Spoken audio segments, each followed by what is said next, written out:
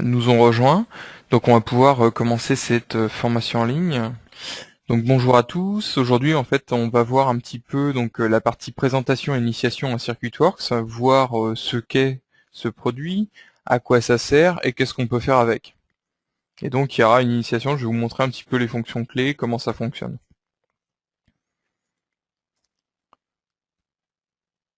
Donc l'agenda, comme je vous le disais, donc présentation de CircuitWorks, à quoi ça sert, à qui ça s'adresse, les différents formats en fait qu'on va pouvoir faire communiquer, comment importer un fichier dans CircuitWorks, comment construire sa carte électronique aussi sous SolidWorks et l'importer, et on finira par une phase de questions.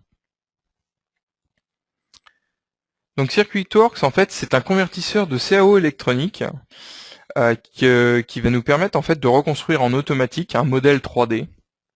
Donc pourquoi ça nous permet en fait de gagner du temps et collaborer au mieux avec un service électronique dans le but de d'améliorer la partie mécanique et s'assurer qu'on va pas avoir de conflit. On peut imaginer différents exemples. Vous pouvez imaginer chez vous le modem, un routeur ou tout ce que vous voulez. Donc c'est très important en fait de pouvoir intégrer les cartes électroniques au plus tôt pour s'assurer que le boîtier va pouvoir aller dessus sans percuter de composants et avec des distances suffisantes pour garantir qu'il n'y aura pas de chauffe, par exemple.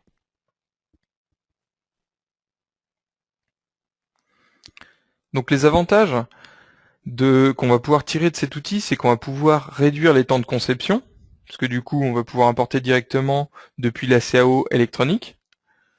On va réduire les erreurs de conception parce que du coup, toutes les données qui ont été mises dans la CAO électronique, donc à chaque fois, hein, il faut savoir que sur la partie CAO électronique, vous avez une énorme base de données de composants qui contiennent du coup toutes ces informations-là, qui vont être l'encombrement, la hauteur, les types d'implantation, est-ce qu'on est sur du CMS ou pas. Donc on va faciliter les échanges au travers d'une passerelle en fait bidirectionnelle. Donc là, on va voir en fait comment on peut faire ça dans SolidWorks. Donc on verra pas forcément toutes les parties, mais on en verra au moins un bout. Et donc, comme je vous disais, meilleure intégration hein, pour les détections d'interférences. CircuitWorks aujourd'hui est ouvert en fait vers la plupart des systèmes de CAO électronique. Donc on peut par exemple citer Cadence, Mentor, vous avez Orcad, donc qui vont générer en fait des fichiers qui sont devenus communs. Les extensions en fait qu'on va qualifier de plus communes, ça va être toute la partie IDF 2 et 3 surtout. Donc ce qu'ils appellent le Intermediate Data Format, qui intègre plusieurs choses. Donc comme je vous mets l'exemple ci-dessous, sur la partie IDF2, en fait, vous avez deux fichiers, un fichier EMN et un fichier EMP, qui contiennent d'un côté donc les données relatives à la carte, position des trous, passage en fait des différentes pistes, les zones en fait, les zones restreintes, et dans l'EMP, vous allez avoir toutes les données relatives aux composants. Donc l'IDF4, bien entendu, en fait, apporte de nouvelles choses. Ça veut dire qu'on va pouvoir maintenant importer sur l'IDF4, par exemple, les pistes qui ont été dessinées sur la CAO électronique, ce qui n'est pas possible, par exemple, sur de l'IDF2 ou 3. On va avoir du PADS aussi, on va avoir du ProStep. Et donc après, bon, on a le format neutre de CircuitWorks. Donc là, vous avez globalement un lien qui vous ramène sur l'aide de CircuitWorks, qui vous explique un peu ce qu'est ce format. Donc là, vous pouvez y aller, hein, vous avez une aide qui est très bien faite sur cette partie-là, qui vous détaille ce qu'on peut faire, ce qu'on peut pas faire, ce qui est intégré ou non, et comment collaborer au mieux. Donc la première étape, en fait, hein, sur ce complément, déjà, il faut savoir en fait qu'il n'est pas disponible sur toutes les versions. La version complète de CircuitWorks, en fait, va être disponible sur SolidWorks Premium. Donc vous allez devoir l'activer comme un complément traditionnel. Donc petit rappel, hein, donc la partie complément,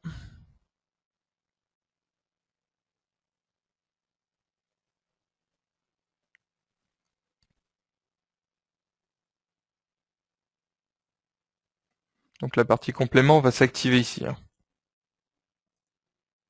Donc vous l'avez à la première ligne. Une fois que vous avez activé ce complément, comme c'était montré en fait sur ma slide, vous avez ici CircuitWorks qui apparaît. Ça, c'est le module complet. Après, en fait, vous avez aussi ici une partie un peu plus light dans la partie fichier ouvrir qui vous permet d'ouvrir de l'IDF, par exemple.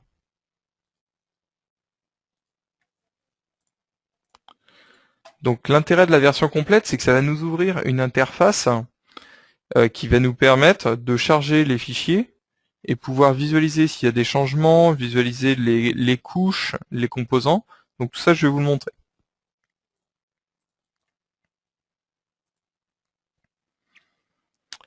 Donc voilà un petit peu à quoi va ressembler l'interface, donc on va voir ça de suite.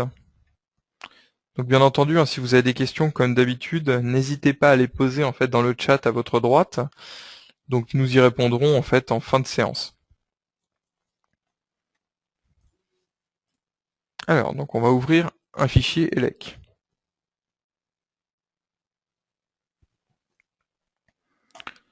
Donc par défaut, vous avez des exemples qui sont fournis dans le dossier d'installation de SolidWorks, quelle que soit la version, en IDF 2, 3, 4 et en pads. Donc là, ça c'est des exemples qui sont assez gros, donc on pourra en ouvrir un en fin de session si vous voulez. Moi j'ai prévu un exemple un petit peu plus léger.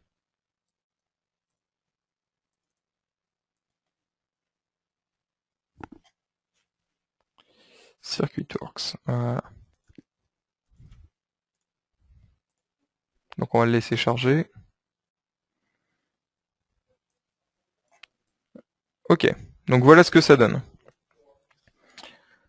Donc l'interface en fait CircuitWorks donc, est composée de différents onglets. Donc vous avez l'onglet Outils, Aperçu et EDMD en fait qui est pour la communication ProStep.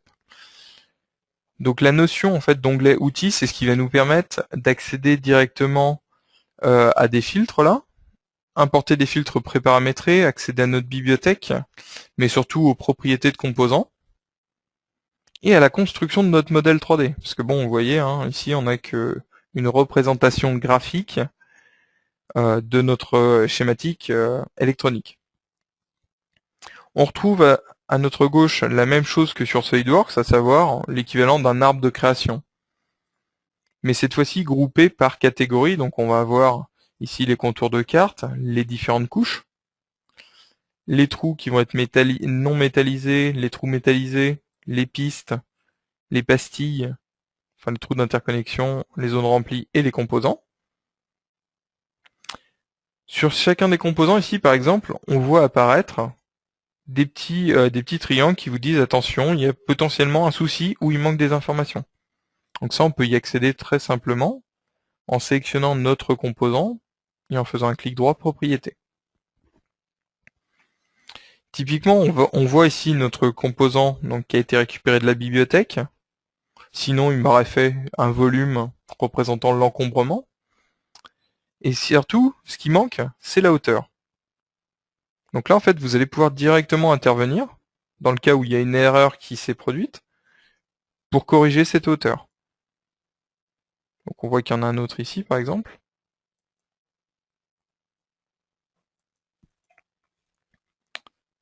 Voilà, donc là, en fait, l'ensemble semble correct.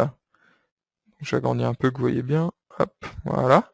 Si vous voulez visualiser de façon un peu plus précise et un peu plus fine, vous avez la possibilité ici dans l'aperçu, comme je vous le disais, de venir filtrer, par exemple enlever tous les composants.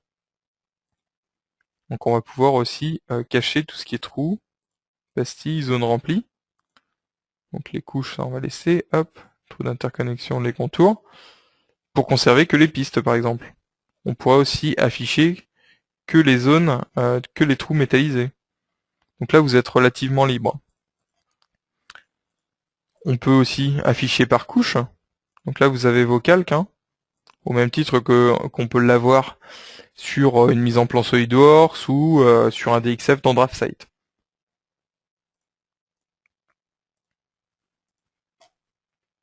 Et donc la dernière partie, comme je vous le disais, c'est la partie EDMD, c'est pour faire la synchro en direct avec un outil électronique.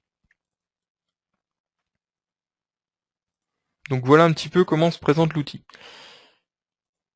Une fois qu'on a bien visualisé toute notre carte, qu'on s'est assuré que tout était bien pour envoyer vers le 3D, on va pouvoir en fait s'orienter vers le module construire. Là, moi j'ai mis des alertes en disant que si ça dépasse plus de X pastilles ou plus de X composants, on peut proposer une alerte pour dire attention, ça risque d'être long et lourd. Donc là, on va construire. Hop. On voit les étapes se dérouler en dessous ici. Donc l'ajout des pastilles, l'ajout des couches, les pistes. Là, ça devrait être assez rapide.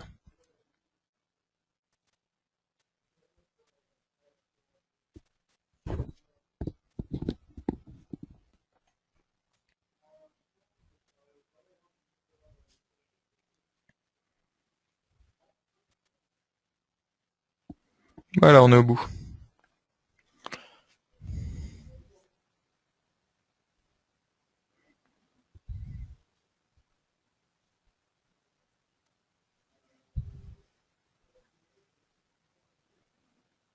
Voilà, opération terminée. Voilà.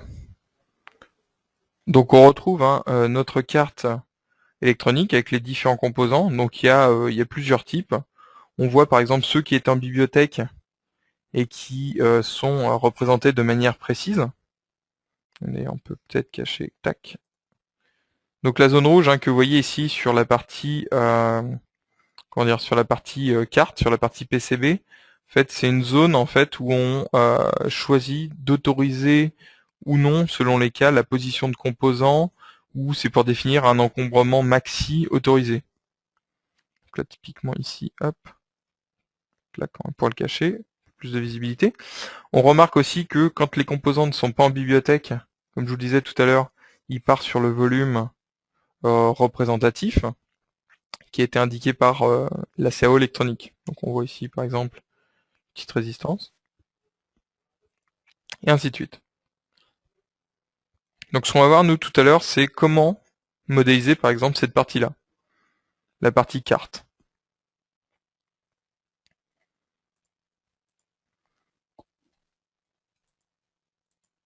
Ok. Donc le petit récap, les filtres et les outils, le contenu, la zone graphique et les propriétés.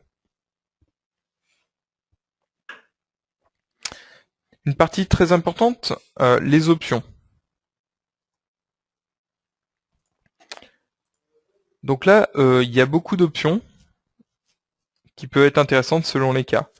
Si vous travaillez avec du format IDF, donc vous allez avoir la possibilité de paramétrer donc les formats d'import et d'export avec une orientation propre à votre CAO ELEC.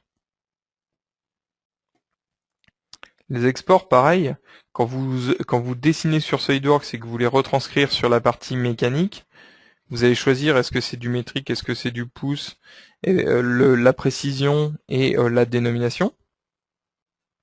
On va retrouver la même chose pour la partie pad. ProStep, donc ça va être pour la communication. L'import-export SolidWorks, c'est là où vous allez choisir, pareil, encore une fois, si je contrains les pièces, si je les fixe, si je fais des configs, si je montre la création, de quelle manière je vais les codifier, pareil, à quel endroit je vais les stocker, quel modèle j'utilise. Donc là, vous avez beaucoup de choses qui vous permettent de répondre à un maximum de paramètres que vous avez définis dans votre société, donc votre codification en l'occurrence. Donc là, c'est dans le sens inverse, la partie retour vers CircuitWorks. Donc la partie modèle. La partie la plus importante, c'est la partie fonction qu'on va utiliser tout à l'heure.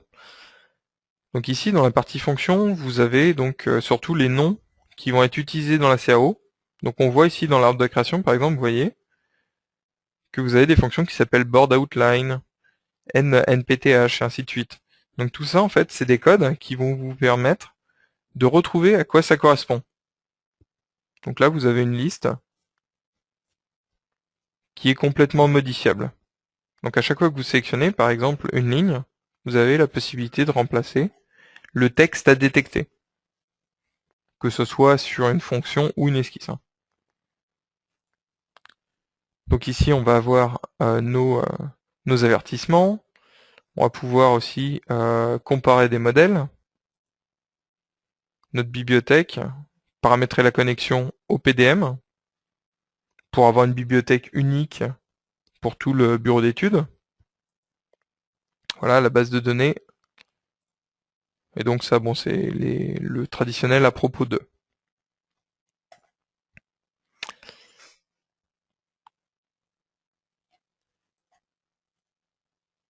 Ok. Donc là, en fait, ce qu'on va faire, c'est que par exemple, on va venir supprimer un composant, par exemple, et on va venir réimporter les données, quoi.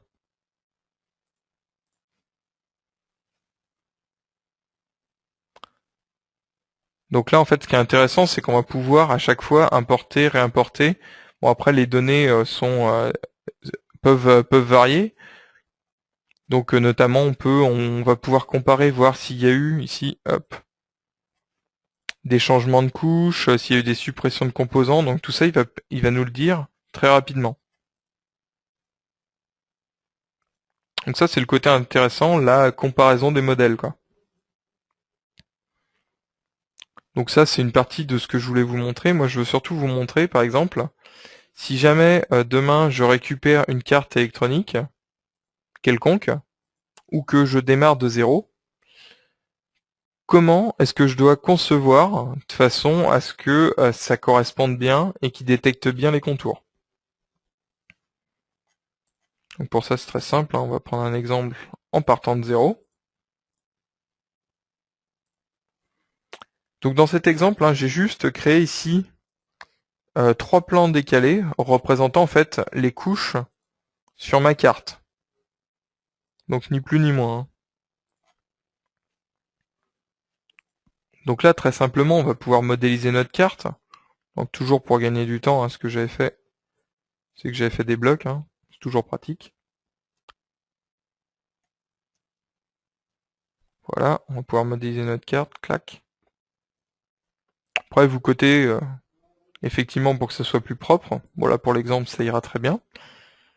Et comme je vous le disais, en fait, là, le point qui va être déterminant, ça va être le nom qu'on va donner, donc soit l'esquisse, soit la fonction pour la reconnaissance. Typiquement, pour une carte, donc là, moi, je l'ai laissé en anglais, c'est ce qu'on va appeler board outline. Donc là, vous renommez votre fonction. Mais bien entendu, vous pouvez l'appeler contour extérieur de carte si vous voulez, dans les options qu'on a vues tout à l'heure sur la partie fonction. Hop. Donc on sauvegarde.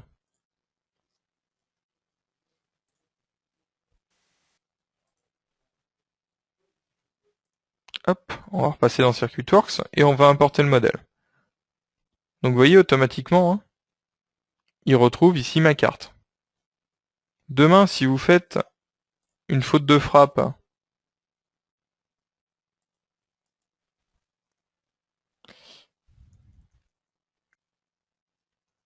ou que vous mettez pas le bon texte, il va récupérer uniquement mes couches ou rien du tout. Vous voyez, automatiquement, là, il me dit ça marche pas, quoi.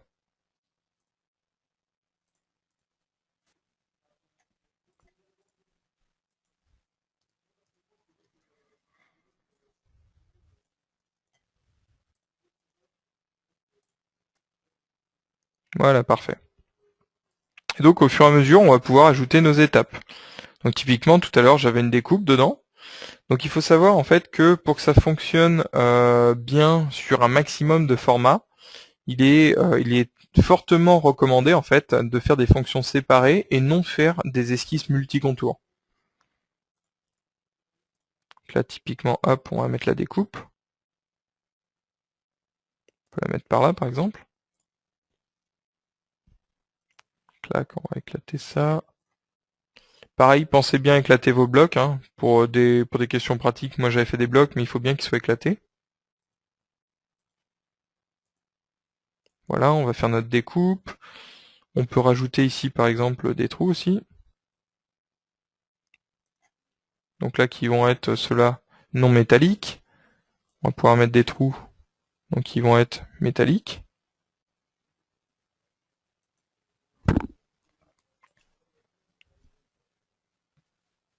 D'ailleurs c'est une erreur de ma part, je les ai mis dans la même esquisse. Voilà. Donc là par exemple pour faire une découpe, vous nommez en fait de la même façon qu'un contour extérieur. Vous l'incrémentez juste.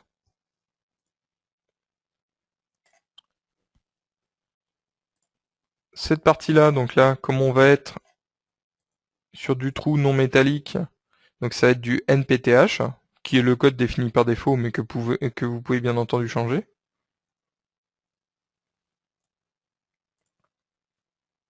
Donc on fait un test toujours pour valider que ça se passe correctement. Et donc vous voyez au fur et à mesure, donc je récupère le contour de ma carte, la découpe, les différentes couches, les différents trous.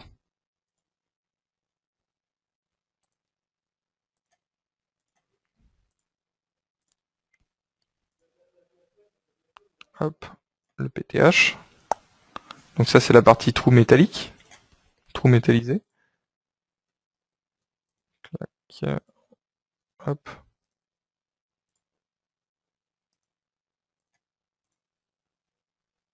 Voilà, qu'on appelle PTH. Après il y a des choses un petit peu plus abstraites. Donc là on a vu, donc là c'est vraiment des opérations qui sont physiques quoi.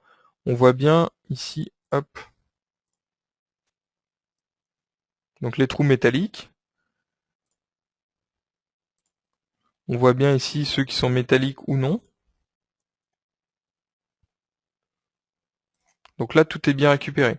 Donc après comme je vous disais il y a des opérations qui sont pas des opérations physiques sur la carte mais qui vont être des zones dites de réservation. Donc par exemple, on va pouvoir interdire certaines zones pour les pistes. On va pouvoir interdire certaines zones pour des composants. On va pouvoir interdire certaines zones pour des trous. Donc il y a une multitude d'interdictions ou d'autorisations qu'on va pouvoir mettre. Donc toujours sur le même principe. Et surtout là, en plus, on a vu qu'un côté, on va voir après qu'on peut en mettre des deux côtés.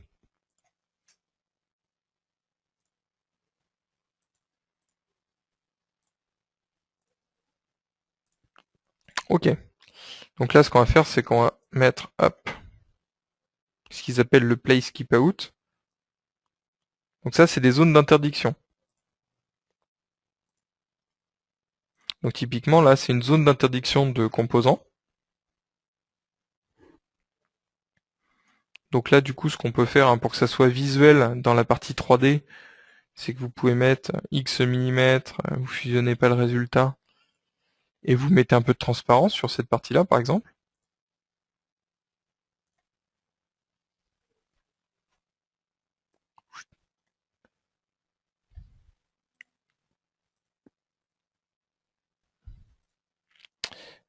Tac, transparence. Voilà. Au moins, vous savez en fait que sur telle hauteur et dans telle zone, vous n'avez pas le droit de mettre des composants. Donc ça, encore une fois, il faut le nommer. Donc ça, c'est place underscore keep out 1.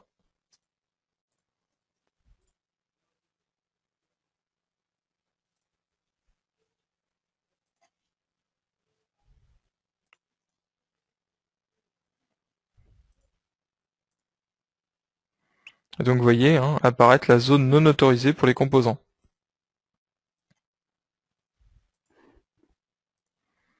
Donc pour les pistes, c'est toujours le même principe. D'ailleurs, on peut en mettre de l'autre côté. Clac. Faites une esquisse. On va par exemple interdire les pistes dans cette zone-là. Donc trace, keep out 1.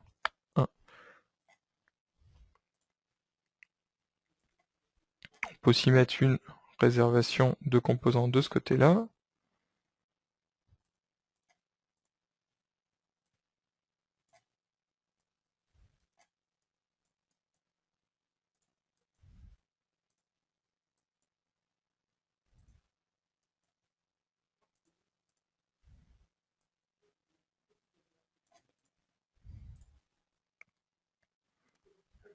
Hop.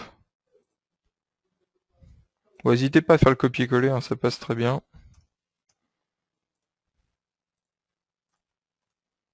Voilà, et du coup, on va faire l'import.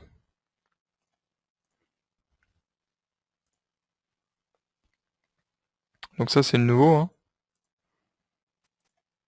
Donc on voit donc la zone ici 1. On va pouvoir changer de côté, passer en vue de dessous, pour visualiser la zone 2.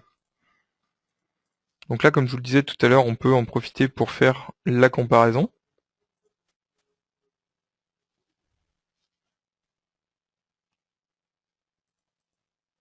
Voilà, c'est pas très visible.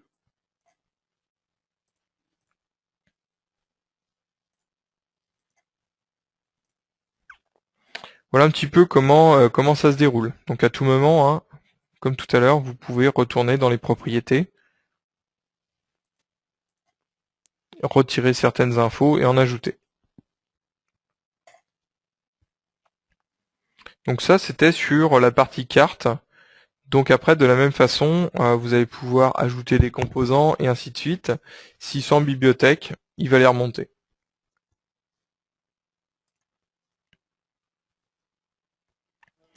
Donc partie importante maintenant, la bibliothèque. Donc ça, c'est la bibliothèque en fait, hein, qui sert pour ma démonstration. Chez vous, bien entendu, vous en avez ou vous en avez pas, selon les cas. Il faut savoir en fait qu'il y a une partie des composants là, très réaliste, que j'ai utilisé, qui est téléchargeable par exemple ici, sur votre SolidWorks. Quand vous allez dans les ressources ici SolidWorks, vous avez une partie CircuitWorks.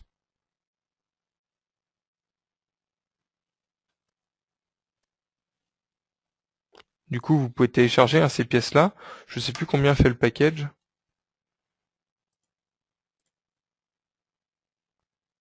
Bon, vous avez 50 mégas de pièces, enfin de composants détaillés que vous pouvez ajouter à votre bibliothèque.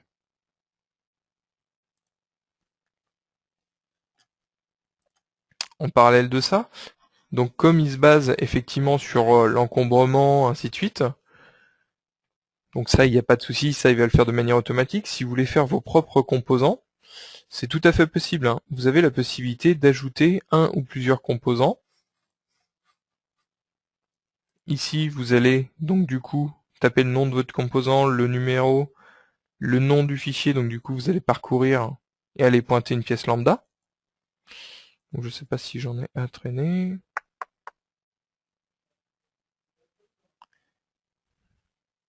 Je vais peut-être reprendre un qui a hop. Ici, clac, CircuitWorks, librairie, component. Voilà, si on en prend un. Voilà. Ici, vous pouvez le renommer, hein, comme d'habitude. Ce qui est important, c'est de définir la hauteur. Et dans certains cas, en fait, selon le type de composant, vous avez aussi le choix d'orientation dans l'espace à préciser.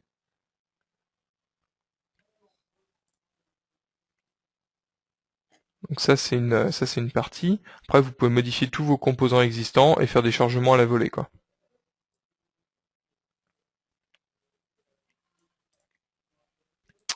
Voilà pour la partie bibliothèque.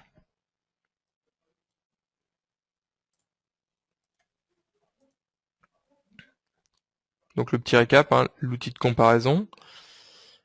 Donc ça on a vu la construction pas à pas de notre PCB. Je vous ai mis un récap des fonctions clés. Donc les trous métalliques, les trous non métalliques, les routages autorisés ou non autorisés à chaque fois. Donc il en existe un d'autres, bien sûr. Vous avez toute la liste dans la partie fonctions qui est à votre disposition. Si vous n'êtes pas à l'aise avec les noms qui sont définis en anglais, je vous invite à les traduire sans souci.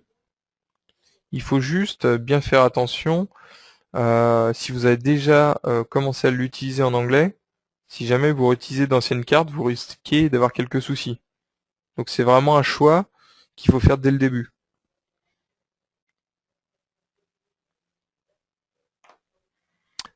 Avez-vous des questions sur tout ce que vous avez pu voir, l'outil, ou tout simplement la façon de collaborer entre les bureaux d'études?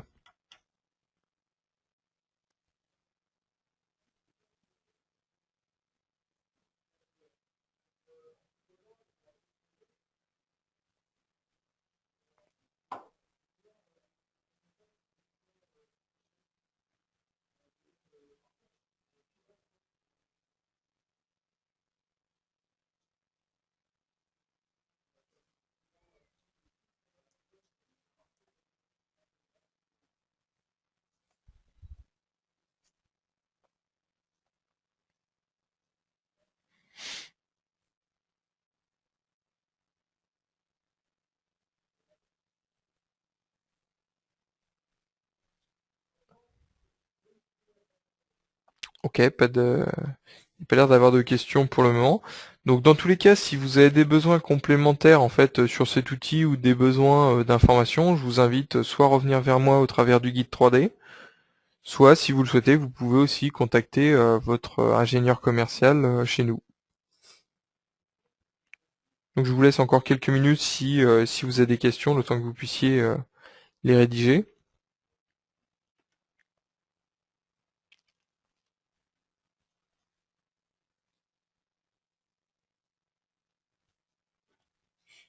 Alors, y a-t-il moyen de créer des pistes sur la carte? Les pistes sur la carte, là où on va être le plus efficace pour les créer, ça va être plutôt sur la partie ELEC, malgré qu'on puisse le faire sur SolidWorks. La plus grosse des limites, c'est qu'aujourd'hui, en fait, il faut que les outils supportent l'IDF4, ce qui n'est pas le cas de toutes les plateformes. Aujourd'hui, très peu de plateformes supportent l'IDF4 parce qu'il est récent. On est plutôt sur une base aujourd'hui d'IDF 2 et 3 qui sont un peu plus limités.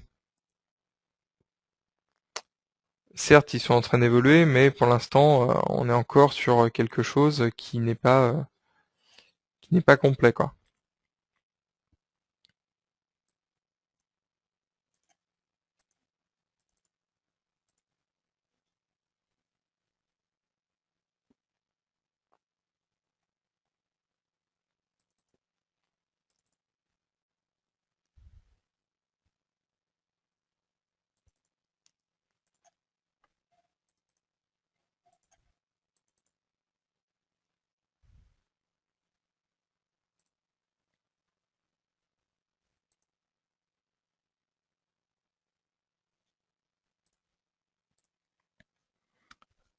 Y a-t-il d'autres questions?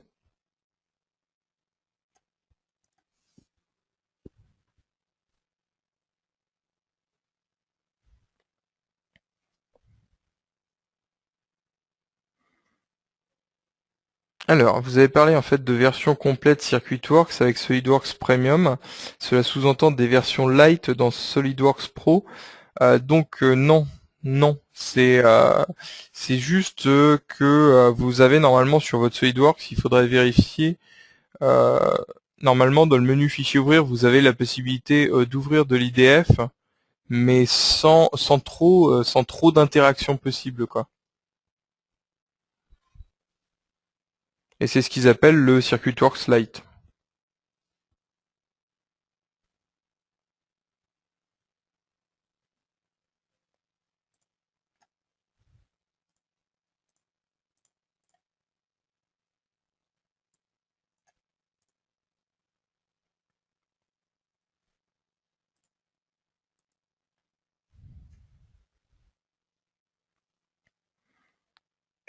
Ok. Dans tous les cas, si des questions vous reviennent, encore une fois, n'hésitez pas à les mettre sur le guide 3D comme d'habitude. Donc il n'y a pas de souci, nous y répondrons. Et donc, je vous souhaite sur ce une très bonne fin de journée et un bon appétit.